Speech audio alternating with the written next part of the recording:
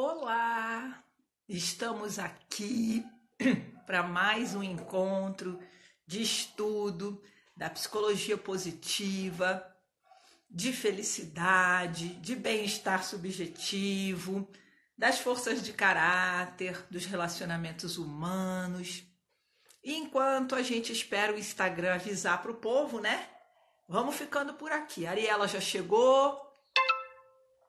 Seja bem-vinda, Ariela. As pessoas vão chegando, o Insta vai avisando. Enquanto por aqui com esse calor danado, tô eu tomando uma aguinha aqui, saborizada, um pouquinho de umas frutinhas para dar um aroma, né? Como é que vocês estão indo? Tudo bem?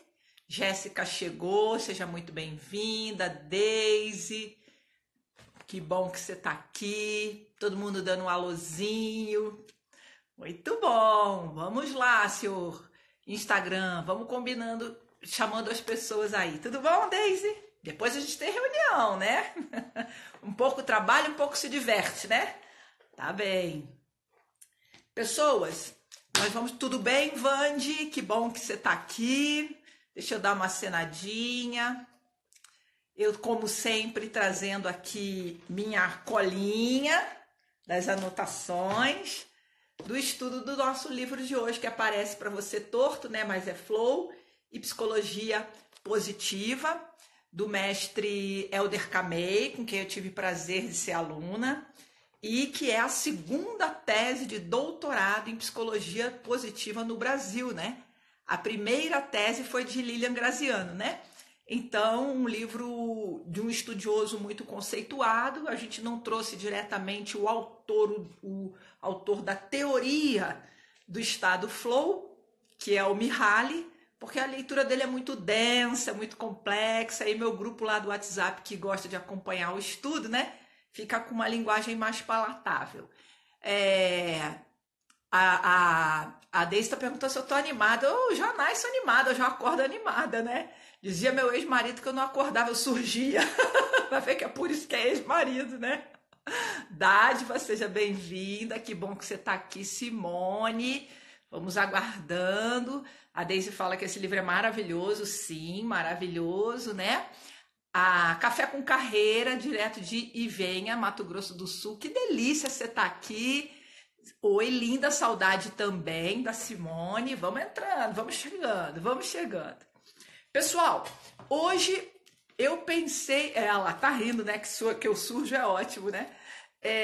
Parece o burrinho do Shrek, né? O tempo todo assim, né? Meio Dolly, meio burrinho do Shrek, né? Só feliz. Humor, força número 1 de caráter. Bom... Nosso livro que começa hoje, Flow e Psicologia Positiva, do Helder Camei, ele não começa no capítulo 1, porque o Helder começa o livro dele, para te situar aqui um pouquinho, né? Esse autografado, direto da mão do autor, né? Ele fala a felicidade como ciência, a direção da psicologia positiva, o nascimento da psicologia positiva, Mihaly e a teoria do flow. Então, como a gente já fez vários estudos desses princípios aqui, eu vou começar direto no capítulo 8. No capítulo 6, tá? O 7 é a teoria do flow, o capítulo 6 fala do desenvolvimento da teoria do flow. Então, flow, que é uma palavra inglesa, obrigado aí, que é uma palavra inglesa, mas que Helder e todos os estudiosos resolveram não traduzir, porque em português seria fluxo. Só que, na verdade, a gente está falando de um estado ótimo, né? Um estado, ele tem um termo específico que ele usa, que eu já pego, o estado de experiência ótima. Mas para não usar esse nome grandão, ficou como flow, tá certo? Então, o que nós vamos fazer hoje? Eu pensei em fazer 3 blocos para você. Primeiro, um pouquinho da história do Mihaly, para a gente saber de onde esse cara chegou, como é que ele estudou isso daí. Depois, um pouquinho do que é o estado de flow, ou a experiência ótima de flow. Um pouquinho das aplicações e aí, dica de obtenção de estado de flow. Os capítulos seguintes vão falando do flow em cada área de atuação. E eu pensei de convidar pessoas para contar para gente sobre essas teorias. Como nem sempre, como elas estão aplicando essas teorias nas suas realidades. Como nem sempre a agenda das pessoas combina com os capítulos, eu vou divulgando semana a semana os convidados que a gente vai trazer, tá bom?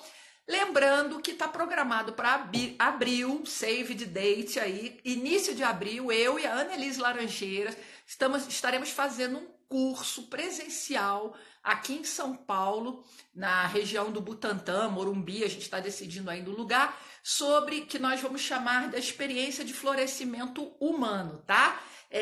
As bases da psicologia positiva e como que você desenvolve os pilares da psicologia positiva. Então, eu estou lançando aqui para vocês de primeira mão, vou botar banner direitinho, a campanha Indique 3 amigos, se converter, você vem na faixa, e já tem gente me indicando aí, tá bom? Depois eu vou dando mais dica para você. Quem é de outra cidade, vem por aqui, gente. Aqui, São Paulo é uma grande metrópole e tem sempre o que fazer, né? Tem tanto Airbnb nessa região aqui, ó, baratinho. Você se hospeda, vem tomar café com a gente.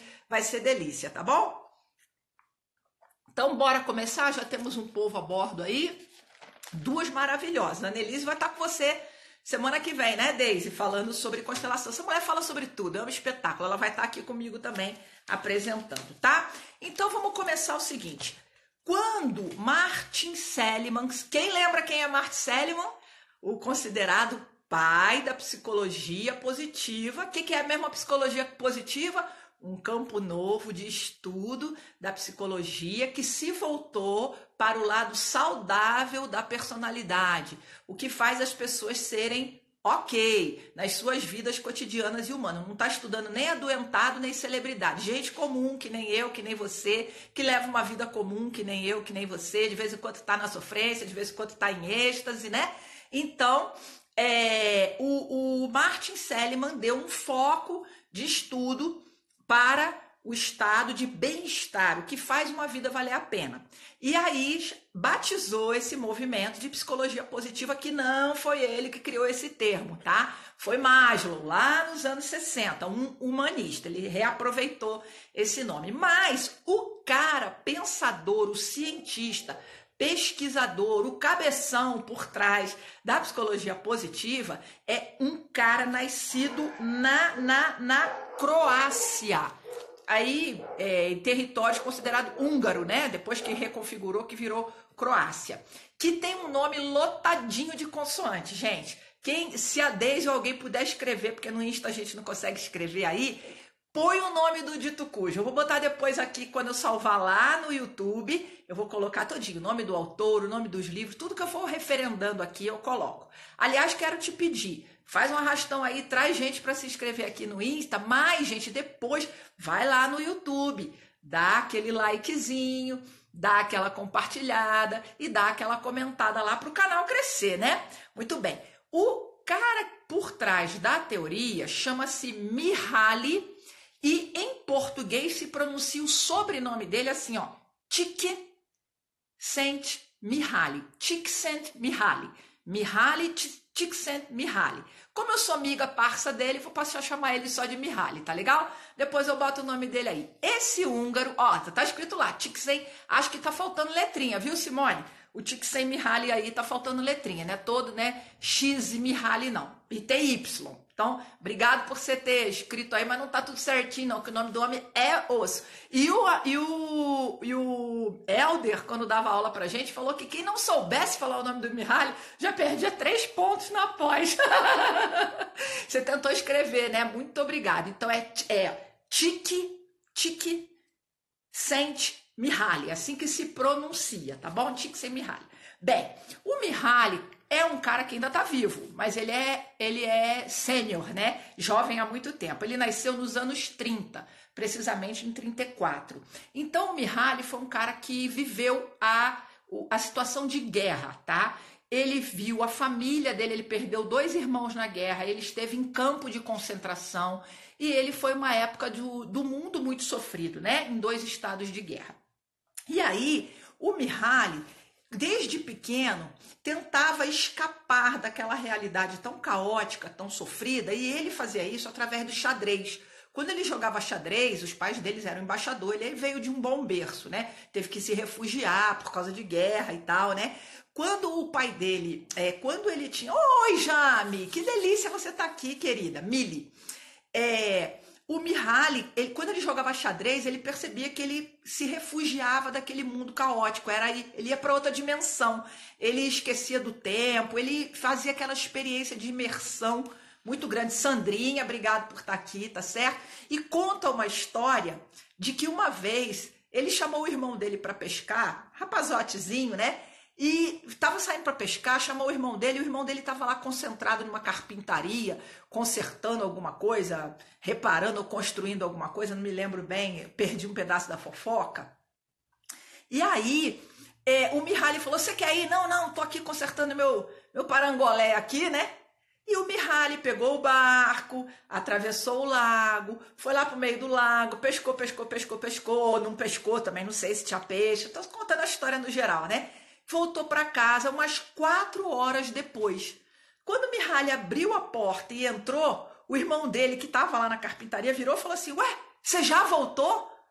Aí o Mihaly falou, oi? Aí ele, você já voltou, você não foi? Cara, o irmão dele não tinha percebido que se passou 4 horas. O irmão dele era doidão? Não era doidão. O irmão dele estava vivendo o estado da experiência ótima, o estado de flow, que obviamente Mihaly só foi descobrir muito tempo depois. Então Mihaly queria entender por que algumas pessoas, apesar de ter vivido situação de guerra, campo de concentração, ter perdido tudo, ter ficado sequelado, algumas pessoas conseguiam seguir sua vida, ter uma vida normal, feliz, sem trauma, sem grandes sofrimentos, superava. Enquanto outras pessoas se devastavam e morriam em vida. Caramba, o que será que leva o ser humano a superar traumas e ter uma vida que vale a pena ser vivida? Vou deixar para vocês também, lá no YouTube, na descrição desse vídeo, quando eu subir, o link de um vídeo do Mihaly contando rapidamente, não a história do irmão, mas a história da pesquisa do estado de flow, tá?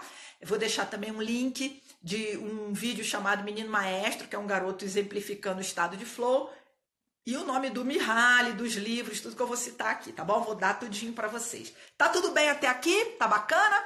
Muito bem. Aí, o Mihaly começou a pesquisar religião, filosofia, história. E um dia, Mihaly, meio duro, né? Tava meio sem ter nada para fazer, olhando o jornal que ia ter uma palestra gratuita. Ele estava em Zurique, Suíça, né?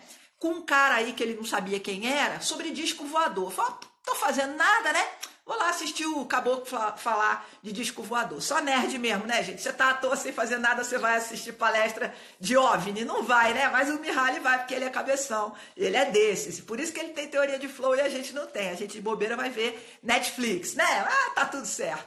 Aí o Mihaly chegou lá e ficou muito impressionado, primeiro com o estilão do cara. O cara tinha um estilo bacana, prendia a galera. E o cara começou a navegar sobre mandalas, sobre o hinduísmo, sobre inconsciente coletivo, e foi fazendo uma associação de como os homens, depois desse trauma de guerras, precisavam criar ordem no mundo caótico psicologicamente, né? E aí começou a associar com essas projeções de vida em outros planetas, de seres interestelares e tal. Fez uma viajada lá, porque esse cara interessante era outro também da lavra do Mihaly, estudioso, nerd cabeção, que eu vou te contar quem é. Mihaly saiu dali e falou, pô, interessante, vou comprar um livrinho desse cara aí, vou dar uma lidinha nesse moço. Sabe quem que era o moço? Adivinha? Adivinha se o moço era Paulo Gustavo? Não era não, o moço era nada mais, nada menos que Carl Gustav Jung, o psicólogo suíço que foi considerado herdeiro do trono de Freud. O cara e o Freud era assim, Freud achava que Jung ia ser o outro lado da moeda dele, Jung começou a divergir nos contextos, saiu e fundou a teoria analítica, tá? A psicologia é considerada lá uma quarta força na psicologia, né? E aí Jung foi-se embora para outros caminhos, deixou Freud lá chorando. Tô fazendo insinuação nenhuma não, que nos bastidores da psicologia tem um teretetê aí entre esses dois, mas não é sobre isso não. Então, foi aí que o Mihaly descobriu, chegou, Fê, que delícia, vai entrando. Foi aí que o Mihaly descobriu a tal da psicologia. E aí mergulhou de cabeça. Depois, já nos Estados Unidos, fazendo seu doutoramento, né? Não sei se a ordem das coisas era bem essa. O Mihaly levou 40 anos de pesquisa sobre origens e estados de felicidade, tá legal? Então ele queria saber as raízes da felicidade. Bem, até aqui, contexto do Mihaly. O Mihaly era cabeção, gostava de estudo, gostava de pesquisa, né? E aí o Mihaly foi, então, querer saber o que faz você feliz, não é isso? Tá legal. Tiveram acessos, por exemplo, uma teoria. A felicidade tem a ver com bens materiais, com condição de vida, com vida boa do ponto de vista monetário. Só que não. Pesquisas americanas mostraram que depois de uma certa curva de renda e padrão de vida, as pessoas meio que estagnam num estado de felicidade. Então, esse número, salvo várias restrições e colocações de inflação, toda uma série científica de dados, ele diz assim, se você ganhar mais ou menos $1.000 acima da linha média de pobreza, pode crescer essa renda enquanto for. Então, o gráfico faz assim, quanto mais sobe a renda, a felicidade fica no nível médio. Então, o grau de felicidade, de percepção de bem-estar e de felicidade não tem a ver com padrão de vida. Aí é lógico, né? Gente muito pobre, gente muito escassa, gente que não tem as necessidades básicas dela atendida, claro que tem uma vida extremamente impactada na felicidade, tá? Então, essa coisa de dinheiro não traz felicidade, é verdade até a página 2, tá legal? Quando você não tem as condições mínimas, é óbvio que há um impacto muito grande no seu psiquismo de percepção de felicidade. Não vai falar que o morador de rua é um cara feliz, só se ele for brisado, né? O cara dorme na rua, não tem condições de higiene, tá? Então estamos falando de gente que nem nós, assim, a gente passa nosso perrenguinho, mas graças a Deus tem casinha, tem colchão. Pequena pausada aí e voltou, né? Muito bem. Então, a felicidade não está comprovadamente com dados e fatos ligado a dinheiro. Muito bem. Então, da onde que foi? O Mihaly começou a se concentrar em criatividade. Ele lembrou lá da história do irmão dele na marcenaria, lembrou dele criança com o xadrez e depois com a pintura. E aí o Mihaly começou a direcionar estudo de pessoas criativas. Mas ele não foi estudar gente genial, não. Foi estudar Van Gogh e Picasso e Da Vinci, não. Gente comum, tá? Gente criativa, poetas, escritores, marceneiros, matemáticos, enfim, atletas, artistas, dançarinos. Foi se concentrando nas pessoas criativas. E aí ele chegou a uma coisa muito interessante. Ele descreveu que quando essas pessoas estão no auge da sua produção, elas vivem um estado semelhante ao êxtase. Ela é puro êxtase, mas não é o êxtase, um nirvana, né? E a palavra êxtase, de origem grega, diz exatamente sobre isso. Colocar-se num estado maior, como se você fosse sugado por um mundo, uma dimensão paralela, né? É um ápice, é um fluir, é uma experiência ótima de desempenho.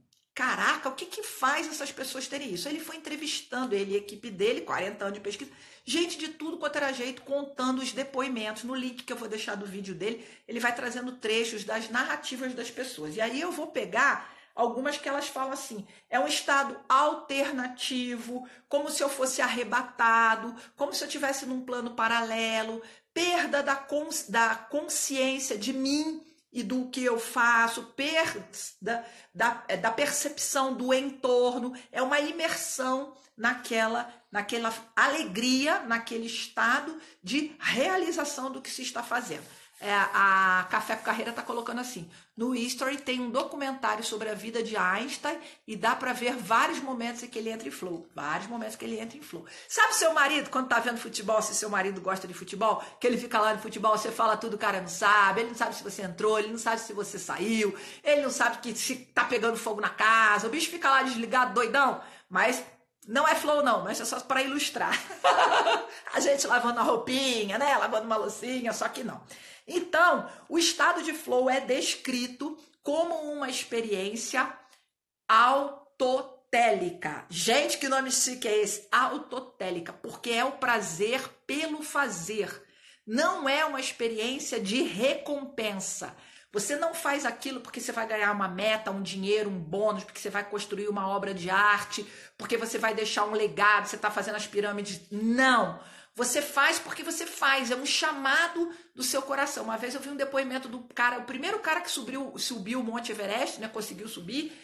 E aí perguntou, mas cara, por que tu subiu nesse monte aí e superou isso tudo? Ele falou, é porque quando eu chego no alto da montanha, eu olho aquilo tudo que tem lá, a montanha me chama e eu subo, é simples assim. A pessoa não sabe descrever, ela não tem uma intenção, ela não pensa assim, agora eu vou ter um flow, e ela vai, ela só vai, né? Se joga e vai. E aí, não tem relação com recompensa, com ganho, com resultado, com destaque, com prêmio, com estrelinha, tá? É fazer o que se nasceu para fazer. Não é lindo isso? Meu Deus do céu. Fico de cara ouvindo isso, tá? Você se sente fazendo algo importante, útil e muito realizador para você. Então pode ser uma unha, pode ser um arroz, pode ser uma aula, pode ser uma live, tá? Não tem correlação com a complexidade do que você faz, nem do intelecto com o que você faz. É só um fluir, é um estado motivacional ótimo, onde a sua experiência de êxtase em estar realizando aquilo que você está realizando. Aí eu te pergunto, gente, quando foi a última vez que tu teve um flow na tua vida? O que te faz ter flow? O que é aquilo que você enlouquece quando você está fazendo? Chega aí, Eduardo, vem me contar sobre o flow, tá certo? Então, o estado alternado, uma experiência de sair do corpo, da percepção de espaço, tempo. A pessoa não sente que está cansada, ela não sente que está com fome. Então eu trabalhei bastante tempo com médicos, alguns cirurgiões muito complexos. Oi, Manu, chega aí também. Eles contam quando eles estão ali imersos na cirurgia, fazendo a manipulação que tem que ser feita. O estado de concentração é ótimo, é tanto que o cara não sente que não foi no banheiro, não sente que está com a perna doendo, sente nada. Tá? Uma vez a Priscila, que estuda comigo, vai vir também na live comigo, ela é dos esportes, né? Ela contando que um determinado atleta, ele quando estava fazendo um salto, acho que era skatista, ele fez uma manobra e ele quebrou o tornozelo dele. E ele estava tão pilhado pela competição, que ele concluiu a competição com o pé acabado, quebrado. Ele só foi se dar conta que o pé dele estava quebrado quando ele terminou. Aí uma dor danada, quase, não, um caos. A pessoa fica anestesiada, ela não tem essa percepção, tá legal? Então, é uma atividade no aqui e no agora, que não depende de maiores recursos, não depende de situações específicas, é só vai, tá? Aí a Bru tá contando assim, Bru, vivo no piloto automático, o flow passa longe. Você já me deu a cancha. Como que quem vive no piloto automático, louco varrido, pensando só na próxima coisa, nunca está presente no presente, vai ter flow. Não tem flow. Então, gente, qual que é o primeiro grande inimigo do flow, que é o que eu vou falar mais à frente, né? Já estou falando, afinal. É o estado de presença. Que o mindfulness te ajuda imensamente. Mas segura essa daí. Tá valendo a pena, tá bacana isso daí? Vai dando coraçãozinho para mim que eu gosto, tá? Então, você fica ali fazendo o que você tem para fazer, algo que você adora fazer, algo que você sente que você se entrega a isso, você deixa fluir, você deixa a vida te levar, Zeca Pagodinho, tá? E que você vivencia aquilo, você sente, você vibra, você imagina, você tem sensações corporais conectado com aquela atividade que você está fazendo, tá? Então ela é muito intensa, ela é muito envolvente e você perde então a conexão com a realidade. Tá legal? Tá valendo isso aí, Lucas? Chega bem-vindo aí, tá? Então você não sente fome, não sente cansaço, sente nada, tá bom? Alto grau de concentração. E se você for interrompido, você fica furioso, você parece que te acabaram. Por que tem mau humor? Porque a pessoa estava ali, ó.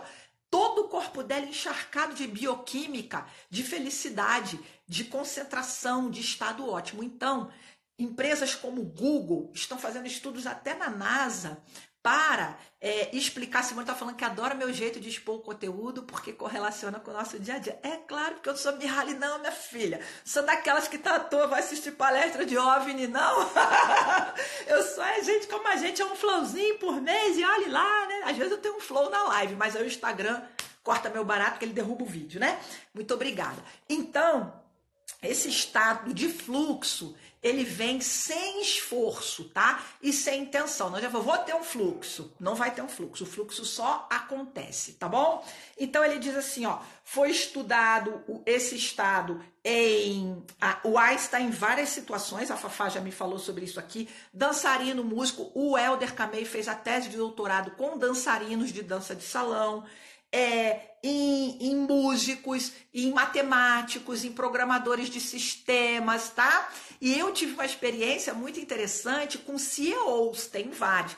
Tem um que eu gosto muito, o Evandro Pereira, ele é o CEO da Plastipac, e ele sempre faz atividades de congraçamento com a equipe dele, né? Ele é ligado a um movimento religioso que chama Jesus Coaching, onde ele empodera pessoas, e aí ele fez uma banca de projetos que eu participei depois que ajudei a fazer a formação de líderes da equipe dele. Na banca, ele falando, dando prêmio, reconhecendo, você via nitidamente que o caboclo estava em flow, né? O olho brilha, o corpo, a pessoa transmuta, tá, gente? A pessoa transmuta. O flow é um balacobaco que só quem teve sabe. Tira as crianças da sala que eu vou fazer a comparação. É que nem orgasmo, meu amor. Não precisa te explicar, não. O dia que você tiver, você vai saber. A pessoa que fala assim, será que eu tive? Não teve, não. Porque quando você tiver, você vai saber o que é bom, né? Mas aí, minha filha, o flow tá que nem o orgasmo. Quanto tempo que leva pra ter um, né? Cuida da sua vida, fala das suas coisas. Deixa eu comigo, né? Então, aqui o Vande está falando, eu já tive alguns estados de flow. Inclusive, quando fui receber uma premiação, fiquei tão anestesiado que quando chamou meu nome, demorei uns 5 minutos para levantar. Eu acho que eu vou ficar assim quando eu ganhar um Oscar. Já pensou? Ou quando tiver 1000 assinantes no meu canal. Me ajuda aí, leva eu. Bem, então é o seguinte, o primeiro livro que traz o estudo de flow, o Mihaly publicou em 1998, o título está em inglês, Optimal Experience, não sei se é assim que fala, tá? Esse livro traz 17 autores em pesquisas no mundo inteiro, os 5 continentes. É gente dos Estados Unidos, gente da Europa, gente da Ásia, gente da Austrália, 17 pesquisadores falando. Então, é um livro denso, vou botar o nome dele lá também. Aí passou, isso foi em 98. Quando foi mais ou menos... Não, perdão, em 88. Quando foi mais ou menos 1990, Mihaly publicou um livro um pouco mais palatável para os leigos mortais que nem nós, que se chama Flow e alguma outra coisa em inglês que eu não anotei toda aqui, mas chama Flow e é do Mihaly, não é o Flow do Camei, tá? E aí, esse tem uma linguagem mais informal. Então, ele traz os aspectos da experiência humana, alegria, criatividade, flow, e começa então a trazer sugestões de como ser mais feliz, beleza? Então, hoje, o estudo de flow se aplica onde? Em vários campos. As empresas estão alucinadas pelos estudos de flow, porque elas querem saber como é que eu faço um time se sentir em flow. Porque, obviamente, que flow traz alta performance. Então, um dos campos de estudo do flow é o Peak Performer, né? Equipes de alta performance, equipes do balacobaco. Se eu estivesse no Rio de Janeiro, eu ia falar o time do Flamengo, só que eu não quero arrumar inimigos, eu sou politicamente correta, deixa quieta. Equipes de alta performance, quando elas estão lá no estado ótimo, joga pra caramba, os canarinhos, seleção canarinho.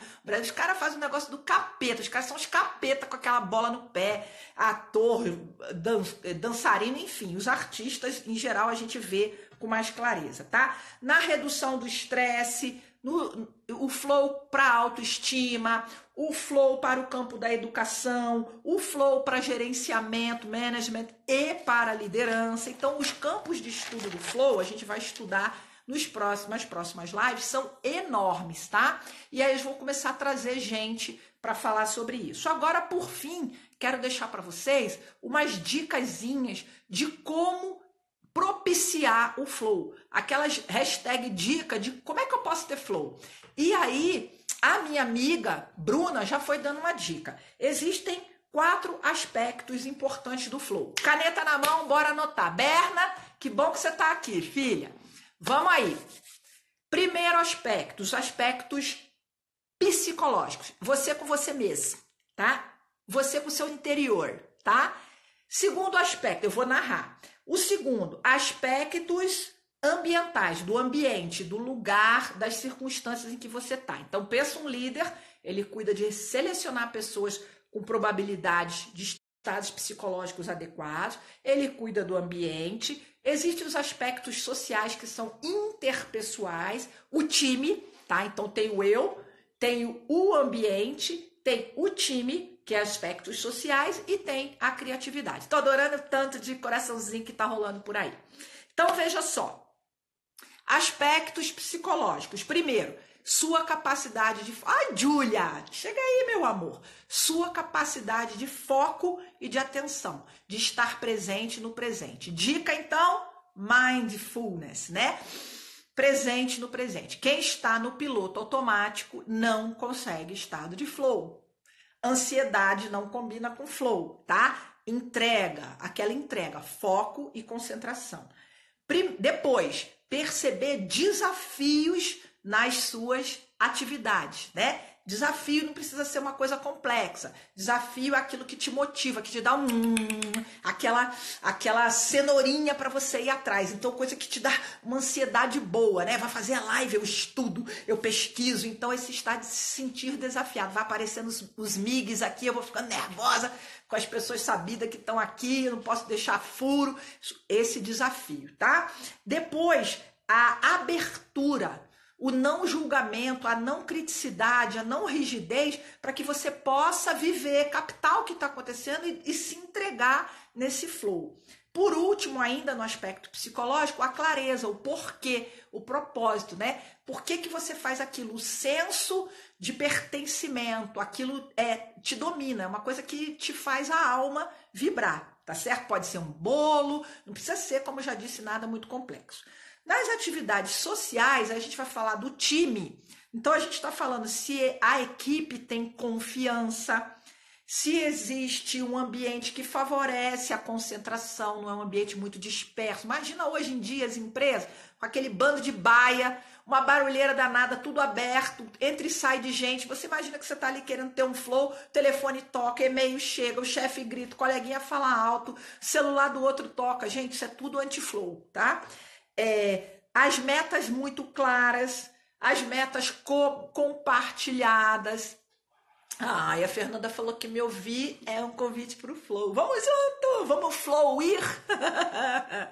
Obrigada, amada. Metas claras, metas compartilhadas, interdependência, camaradagem, uma comunicação livre no sentido das pessoas poderem ter espontaneidade e autenticidade, uma certa tolerância ao erro, tá? E uma sensação da pessoa ter controle sobre o que ela faz. Então, ela é independente, ela é autônoma.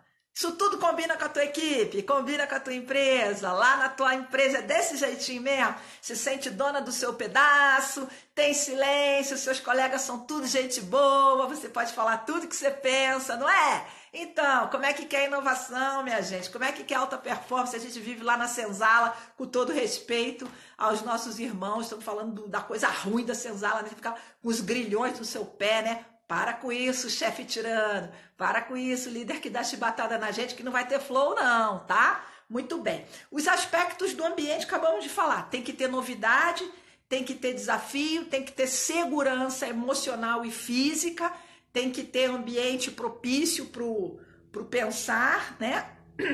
E a tolerância ao erro. E por último, a criatividade, que é então você ser protagonista, ser autêntico, assumir quem você é, ter accountability ou protagonismo, né?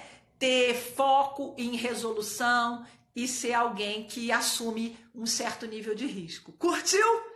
Foi legal essa live aí? Eu adorei. Só não vou falar que tô em flow porque eu fico olhando vocês botando notícia aqui, né? Então não tô assim livre fluir, não. E também porque eu tô suando pra caramba. Eu espero que você tenha curtido, espero que tenha feito sentido para você, espero que você possa refletir se você tem os estados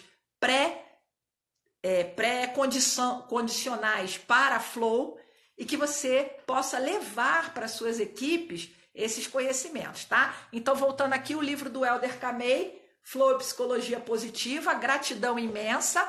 Nossas lives esse ano passam a ser quarta-feira, 20 horas.